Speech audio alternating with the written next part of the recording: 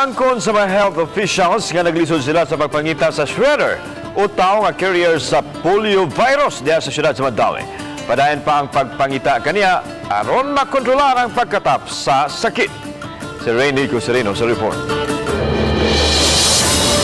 Lisod og subidahon kini ang paghulagway sa mga health officials sa tahas karon pagpangita sa tao nga nagsilbing shedder sa polio virus. Pasabot nga siya ang nagsilbing carrier sa virus nga mi-excrete niini pinaagi sa hugaw nga nalabay sa sapa.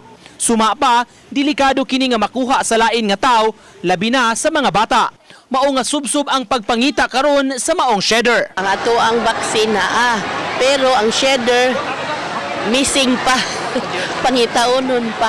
Pero sa kalisod dok pagpangita sa shedder dok. Needle in a haystack. Ang una, one-on-one yun, house-to-house na to, surveillance. Carrier siya. So after 3 months, usually sa atong data, mawala na sabna ang iyang pag-excrete. Pero ang cycle will continue.